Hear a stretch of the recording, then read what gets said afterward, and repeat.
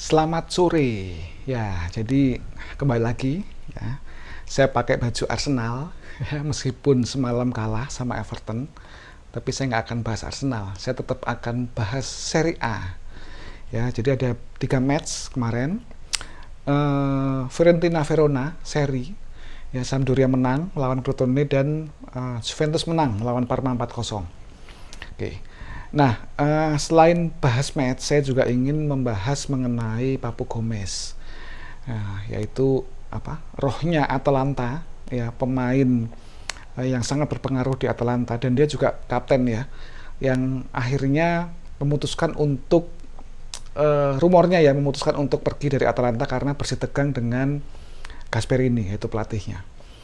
Oke, sebelum kita bahas Papu, kita bahas matchnya dulu, beberapa match ini ya. Jadi Fiorentina Verona ya, ini skornya 1-1, dua-duanya dari titik putih golnya, dan kalau teman-teman nonton pertandingannya ini sangat boring. Ya, saya agak nyesel yang nonton pertandingan ini, terus terang aja, karena ya nggak bisa dinikmati matchnya. Praktis kedua tim menampilkan permainan yang sangat fisikal ya, sehingga banyak terjadi pelanggaran-pelanggaran. Memang kedua tim menunjukkan fighting spirit yang tinggi, tapi karena mereka bermain dengan menggunakan fisik, sehingga aliran bolanya ini menjadi tidak fluid ya, dan tidak bisa dinikmati. Ya, praktis memang buat saya Fiorentina itu menampilkan permainan yang lebih baik. Ya, kalau dari preview saya kemarin kan saya bilang Prandelli itu terlalu berani untuk merubah formasi ya, dari Iacchini yang awalnya 3-5-2 menjadi 4-2-3-1. Tapi kemarin itu dia menggunakan formasi 3-5-2 ya. 3-5-2 apa 3-4-1-2 itulah pokoknya, 3 back. Ya, dan memang terlihat pemain Fiorentina lebih enjoy ya menggunakan formasi tersebut. Meskipun memang dari segi hasil belum kelihatan, tapi mereka bermain sedikit lebih baik. Verona kita tahu mereka selalu menampilkan permainan yang monoton ya, yang membosankan, meskipun dari sisi efektivitas mereka memang dikenal cukup baik ya.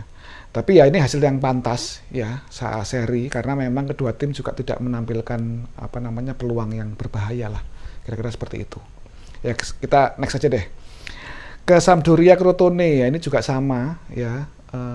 Sesuai prediksi saya, Sampdoria menang, meskipun kalau dilihat dari statistik itu Crotone lebih menguasai pertandingan ya, ball posisinya lebih unggul lah, 60-40 atau 55-45. Tapi memang kalau dari segi kualitas individu harus diakui Sampdoria ini memang satu level di atas Crotone, dan Crotone buat saya tetap tim yang paling berpeluang besar untuk degradasi di musim ini.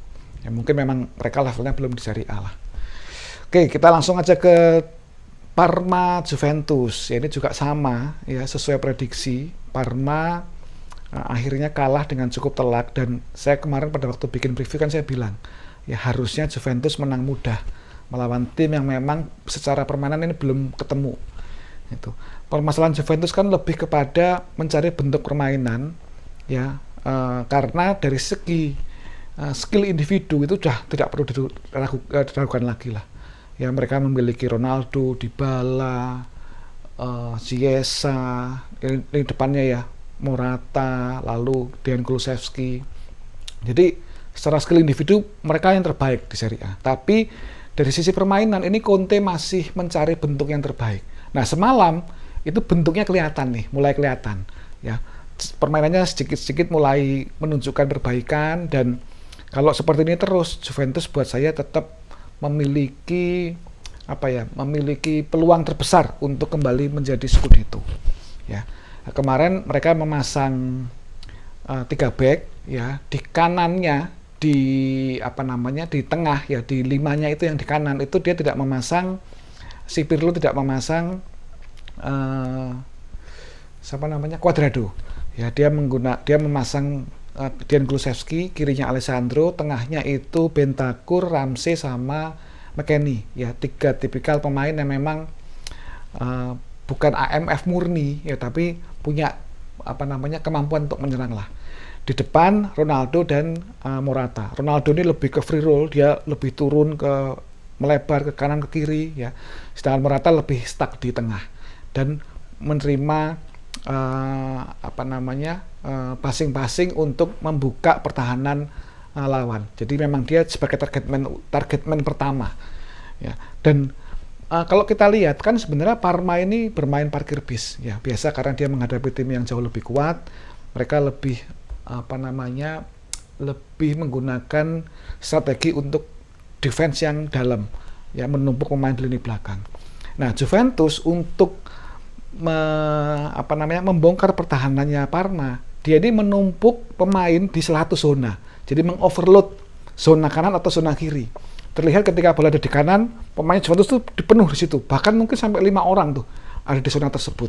Gitu. Ini membuat bingung pemainnya Parma ya untuk menjaga momentum atau zonanya. Ya.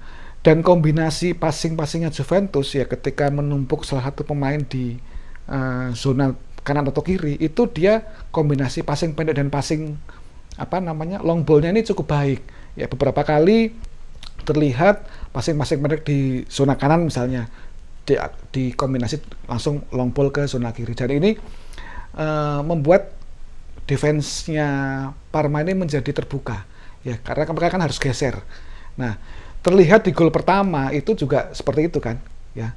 Dari sisi kiri di crossing ya, pemain depannya Juventus nggak salah Ronaldo sama Morata itu maju, akhirnya defense-nya bingung nih, dapat ke Kulusevski dengan enak mencetak gol ya.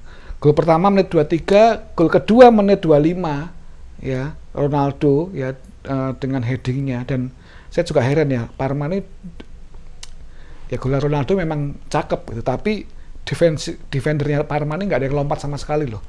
Jadi ini masalah terbesar lah bagi Parma. Ya praktis setelah 2-0 ya buat saya udah selesai lah matchnya ya. Apalagi gol ketiga kan di menit ke-48 ya, baru mulai babak kedua langsung dapat gol ketiga ya. Parma dengan level permainan seperti itu ya sulit lah untuk menyamakan kedudukan lah, paling enggak itu sulit buat saya. Jadi memang hasilnya akhirnya 4-0, Juventus layak menang. Dan kalau Juventus menampilkan permainan seperti ini, buat saya Juventus memiliki chance yang paling besar untuk merebut Scudetto. Ya, tapi masih panjang ya. Semoga nanti di tengah-tengah Juventus nggak bisa konsisten sehingga ada juara baru lah. Kira-kira seperti itu. Kok harapan saya seperti itu. Oke, lalu kita bahas Papu Gomez ya. Jadi ya ini kemarin setelah saya bikin preview, saya dengar Papu Gomez tidak dibawa untuk ke pertandingan melawan AS Roma. Ya, dan ini kehilangan yang cukup besar bagi Atalanta karena Papu Gomez ini kan rohnya Atalanta. Ya, harus diakui ya, banyak sekali gol-gol Atalanta dan skema serangannya Atalanta itu bermula dari dia. Ya, formasinya Atalanta ini kan 3-5-2 atau 4-1-2. Kadang dia dipasang di belakang 2 striker atau dia dipasang sebagai second striker. Ya. Cuman memang selama 4-5 tahun dia membela Atalanta, itu memang dia diberikan free roll, kebebasan ya, untuk menjemput bola ke belakang, bermain ke kanan dan ke kiri. Ya, sehingga rohnya ini memang benar-benar di dia. Ya, kalau dia lagi top form dan memang pemainnya kan konsisten ya. Kalau kita lihat 2 tahun terakhir lah, dia tuh kan selalu bermain baik terus gitu. Nah ini pastinya menjadi kehilangan besar bagi Atalanta. Ya cuman kalau buat saya, karena dia bersitegang dengan pelatihnya dan pelatih itu tetap memiliki peran terbesar di tim. Dia tetap harus memiliki kuasa penuh ya, sehingga pemain sebagus apapun dia tidak berhak untuk melawan atau tidak menuruti apa yang diminta oleh pelatihnya. Saya nggak terlalu tahu, nggak terlalu ngikutin juga, cuman setahu saya itu di media itu kan berhembus kabar bahwa Gasperini itu meminta peran yang berbeda dari Papu Gomez. Papu Gomez diminta untuk lebih ke depan. Ini pada waktu matchnya lawan Midtjylland ya, kalau nggak salah ya. Cuman Papu Gomeznya menolak. Nah menurut saya ini udah toksik lah kalau saya seperti ini. Emang harus segera dilepas. Ya. Nah beredar kabar kan Papu Gomez itu diminati oleh beberapa klub ya, terutama AC Milan yang terakhir. Gitu. Nah ini ya kalau memang Papu Gomez pada akhirnya dia ke AC Milan, buat saya kalau Papu Gomez bisa langsung masuk beradaptasi dengan baik di AC Milan ini berbahaya. Mungkin dia bisa bersaing untuk Scudetto di musim ini.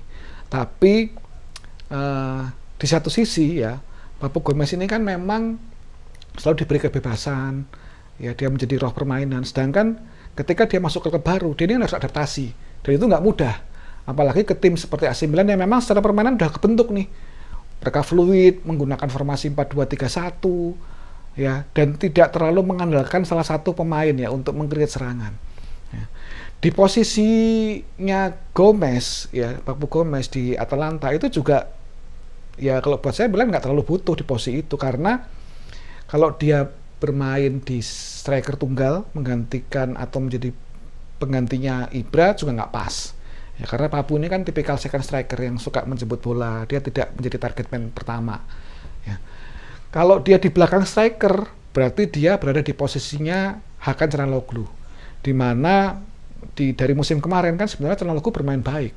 Ya, meskipun mungkin dari sisi kontrak belum ketemu, tapi Hakan buat saya ini rohnya lini tengahnya Milan, ya, untuk membangun serangan, sehingga sulit lah kalau buat Papu langsung mengganti posisinya Hakan. Ya, Hakan ini tipikal playmaker, dia bisa membagi bola dengan cukup baik, ya, tendangan-tendangannya juga cukup baik. Nah, kalau dia menggantikan posisi Hakan, maka ya mungkin Milan akan melepas Hakan Çalhanoğlu, tapi kita nggak tahu nanti seperti apa. Ya, jadi ini bukan sesuatu yang mudah lah bagi Papu Gomez ketika memang dia harus meninggalkan Atalanta.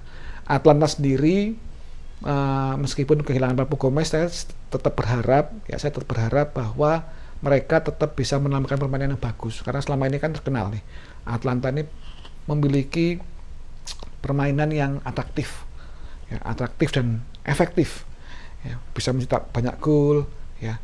Di posisinya Papu Gomez mereka masih memiliki Ruslan Manulowski, ya, di depan mereka masih punya Zapata, masih punya Muriel, ada Mirancuk. Jadi ya masih cukup banyak lah pemain yang memiliki skill, ya, meskipun memang untuk saat ini itu Papu Gomez memang yang terbaik, ya, tapi ya bagaimanapun buat saya ketika sudah pemain itu menjadi toksik atau tidak mau menuruti kemauan dari pelatihnya, ya dia yang harus pergi.